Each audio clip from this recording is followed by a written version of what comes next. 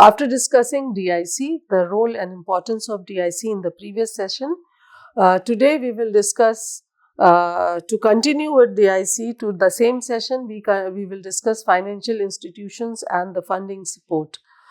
Financial institutions, they, by the name itself, tells us that they provide the enterprises, business enterprises, funding and financial assistance. These institutions, they include banks and specialized financial bodies which offer a variety of services to promote, facilitate the growth and sustainability of small businesses. They provide working capital loan, they provide term loans and credit facilities which are tailored to the specific need of those particular small enterprises. In addition to this, they also participate in government-backed schemes such as the Credit Guarantee Fund Trust for Micro and Small Enterprises, that is CGTMSE. They ensure easier credit access for small businesses by providing collateral-free loans. So, through their financial expertise and support mechanism, these institutions, they contribute significantly to the development and success of small enterprises, obviously leading to better entrepreneurship culture, environment, and also the economic growth of the country.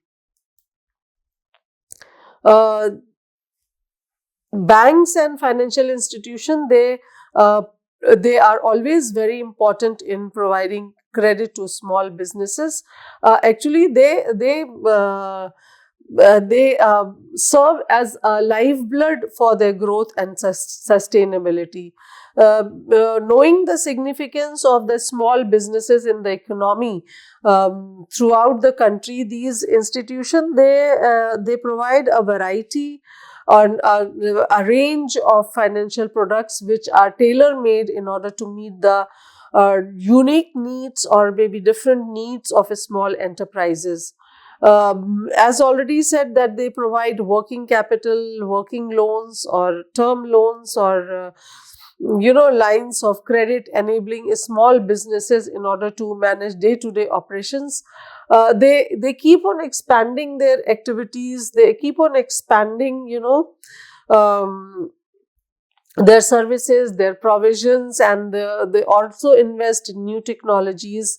So, bank and financial institution, they act not only a financial supporter, but they also act as a source of guidance. They help the businessman to in preparing the business plans, in preparing the business proposals or their projects, the details about their projects. They also and while they are developing them to create their own business plan, they also assess the credit worthiness of the businessmen, and they understand that how to they make them understand that how to manage their finances. So they are playing multiple role at the same time, along with providing the financial assistance, guiding and teaching and training and developing things for them, etc. Through government-sponsored schemes and initiatives, these institutions, they also make credit more accessible and affordable for small businesses. Because it is they reach to the consumers, or they reach to small businessmen themselves, instead of that these businessmen go in search for such financial institutions. So here the role of financial institutions in providing the credit is very important in promoting the entrepreneurship and deriving the economic growth. So here we can say that they are providing and creating a supportive financial ecosystem for the small businesses to thrive and thrive and flourish, so that that can lead to the economic development of the country. What is the Credit Guarantee Fund Trust for micro and small enterprises? It is one of the most notable schemes which aimed at facilitating the credit access for entrepreneurs in the micro, small and medium enterprises or sectors. This initiative was launched by the Government of India. This initiative, which is launched by the Government of India, and the small industries. Actually, it was in collaboration between the Government of India and SIDBI, because they did it together. It was launched by the Government of India and SIDBI together to provide credit guarantee cover to financial institutions, encouraging them to extend collateral free loans to MSMEs. Collateral free loans means that the people or the businessmen who were going for loan, they need not go for mortgaging anything as a collateral securities. So that is called collateral free loans to MSMEs. The scheme caters to both new and existing businessmen enterprises, and covers a very wide range of sectors, diverse varieties of sectors. And by offering a credit guarantee, the CGTMSE mitigates the risk for lenders, making it easier for the MSMEs to secure loans without burden of traditional collateral requirement. That is, no headache of mortgaging your property, your assets against the loan that you are taking. So they help them to, also they protect them from the money lenders, their traps. People can easily get the loans under this scheme without much hassle. So, this scheme thus serves as a very crucial financial support mechanism, which also encourages the entrepreneurship environment of and sustainability of small businesses. It also, through this, it also guarantees the develops or contributes to the economic development of the country.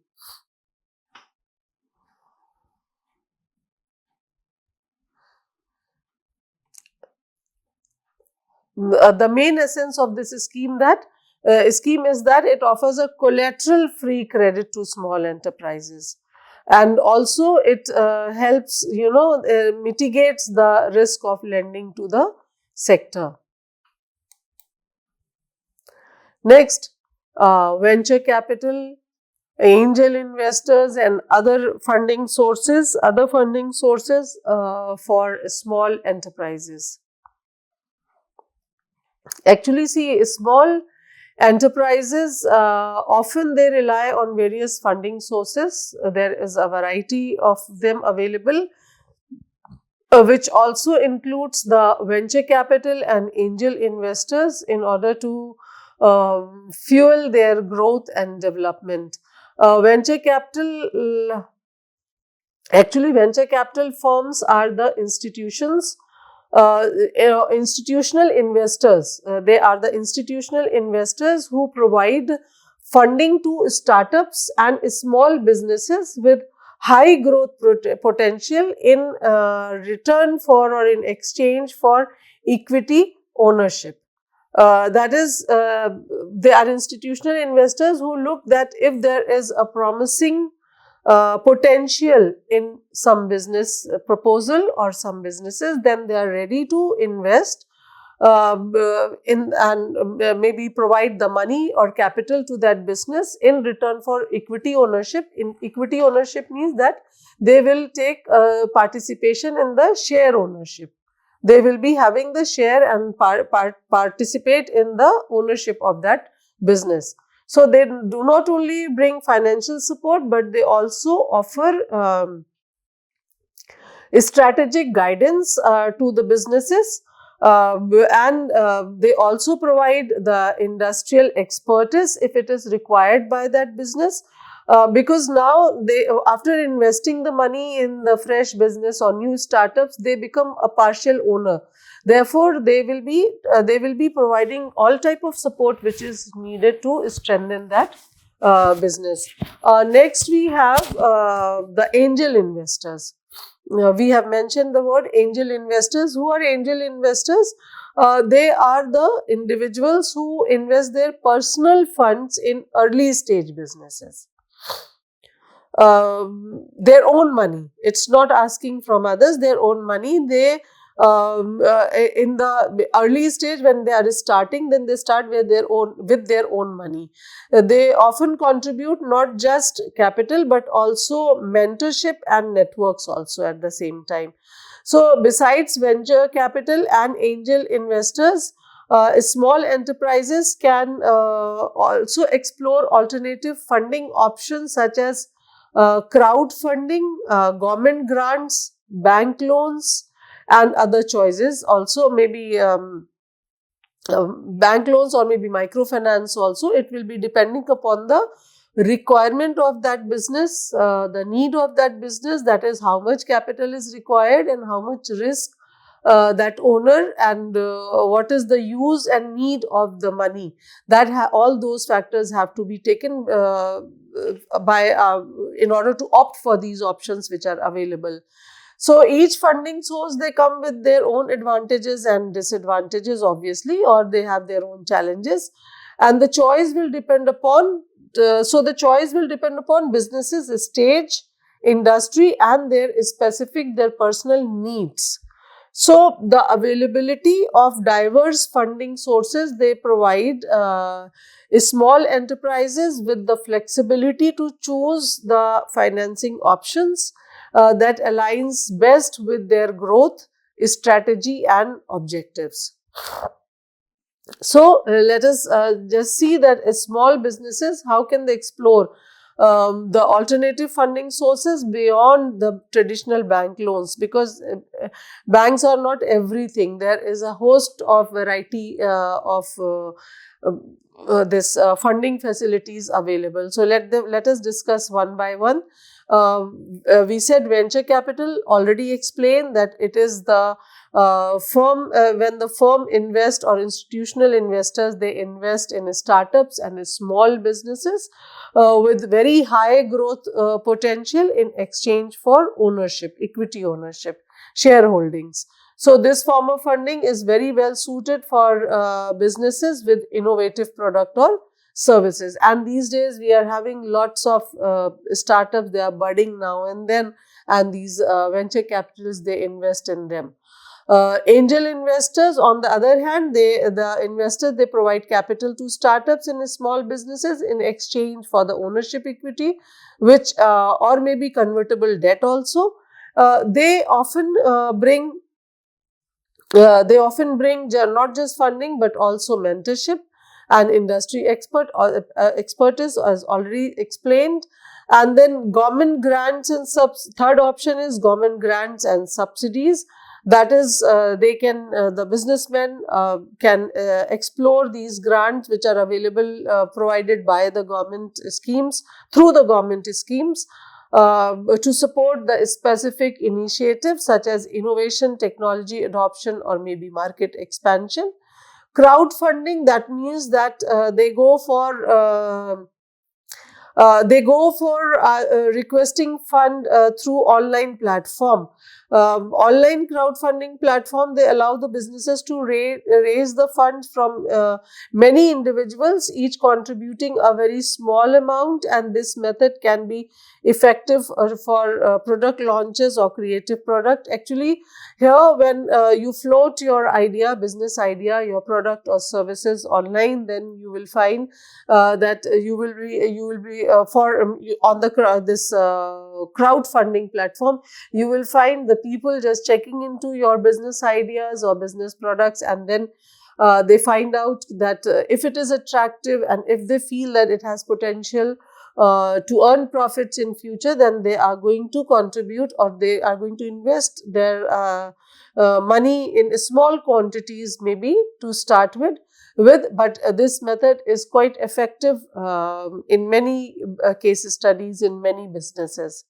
So we can say that we can conclude here that to conclude, banks and financial institutions, no doubt, they play a very important role in providing the credit to small businesses, and the schemes like CGT MSEs, they ease access to the funds. Additionally, the alternative methods, that is the venture capital, angel investors and crowdfunding, they also offers uh, different options for small enterprises who are looking for the financial support beyond the traditional lending channels. So now it depends upon, once you know all these options, you have a variety of them, but you should be understanding which option to pick will depend upon the nature of your business, the nature of your requirement for the capital, the nature of your the turnover, the investment, the market, etc. So on the first, you have to work upon that what is your requirement. Once you are done that, then you will be working to know that what are the options available, and you will be picking up the best that suits your business option. Next, the government initiative is the skill development and training program. Skill development and training program, it is for small businesses, which are a very important component of uh, actually small businesses, they know how to develop a product, but skill development and training programs are quite important for them. They are, I think, important initiatives which would help them in enhancing their capabilities. Not only the owners, but also the workers, the capabilities, that is the business capabilities, or the efficiency in producing, the capability in producing the goods and services, etc. So, the Indian government, it sponsors various skill development programs which are especially framed or designed to address the need of the small enterprises. These initiatives are actually, they cover various sectors and equip individuals with technical skills, industry specific knowledge, and individual knowledge with technical maybe skills, essential business management expertise, etc., etc. So the training programs such as business planning, how to go for a business planning, how to manage your finances, how to go for marketing management, that is how to identify your market, how to go for the marketing, in the sense that how to you make your product presentable, the packaging part, the advertisement, the after sales services, etc. All those strategies, how should you be, if you are trained in that, suppose you have a product in front of you, but you do not possess the marketing skills, you do not possess the financial part, you are lacking in finances, your business is lacking in capital, etc. So there are various schemes, programs which go, and the government sponsor them in order to help people nurture these skills in themselves. So entrepreneurship and small business development, that is National Institute for Entrepreneurship and Small Business Development, NIESBUD. They are very important in providing the practical training, the research, and the consultancy services. So overall, these programs, they contribute to creating a skilled and adaptable workforce, fostering innovation, and ensuring the sustainable growth of small businesses in the dynamic business landscape. it's, the competition is very tough. So you have to polish all the rough edges. It is not only, just making a product is not enough. Presenting the product is required. Money is required. Your marketing aspects are required. So these agencies or these institutions, they help they help through training, research programs, consultancy services, so that you can perform better and beat the market with your talents and with your capabilities.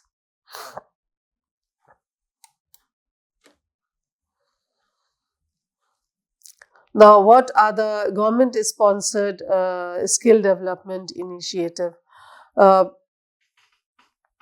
Actually, these initiatives, which are sponsored by government, and the initiative for skill development, they are actually targeting to enhance the capabilities of the workforce, the capabilities and the technical potential of the workforce. So these initiative often part of larger national or regional programs. They aim to address the skill gaps. They improve the employability and they promote entrepreneurship. They follow by providing uh, uh, the strength to the skill gaps that are existing. So they are not only addressing the skill gaps, they also improve the productivity of the people. The capacity, they improve the capacity, producing capacity of the people through entrepreneurship. So the governments collaborate with the training institutes in this case, the industry bodies and the vocational educational groups, vocational education, vocational education providers, in order to offer skill development programs tailor-made or maybe specifically designed to the needs of the small businesses. For example, maybe there are a group of people who want to become the fashion designer, or there is another set who wants to open a boutique, or they want to open a restaurant. So for each, the skill development has to be designed on the basis of their requirement. A person who wants to start a restaurant will need to be trained in that domain. A person who wants to start a boutique will be trained in that domain. So these programs have to be tailor-made, we call it tailor-made. Designed accordingly, so that they are specifically provided to the specific people who need them. These initiatives, they cover a diverse range of sectors, including manufacturing, services and technology, providing training in areas such as technical skills. Wherever, that means it has a very wide variety of provision, that is technical skills, digital literacy, managerial competency at the same time, administrative qualities, etc., etc. So by equipping individuals with relevant skill, whatever is required by them, these initiatives, it not only enhances the productivity and efficiency, but they also contribute to the overall development of the personality, to have command and to have confidence in themselves, that now once trained, they can do much better, perform much better in their domain. And maybe this will lead to an confidence with expertise in their domain. Because they foster entrepreneurship. Such programs and such efforts, they foster entrepreneurship by instilling in them the necessary knowledge and expertise to start and manage a small business. And not only knowledge and expertise, but also the efficiency, and the capability with confidence.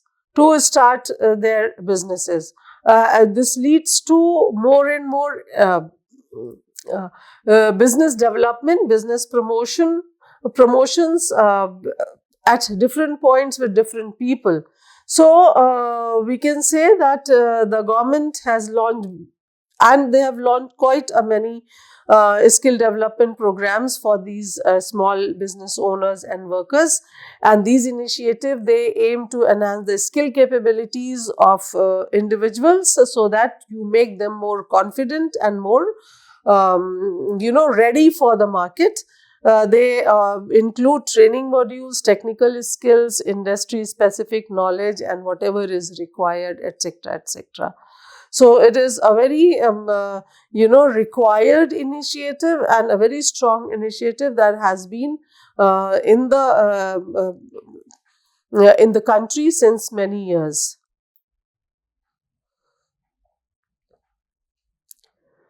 And then we have the training programs on entrepreneurship and business management.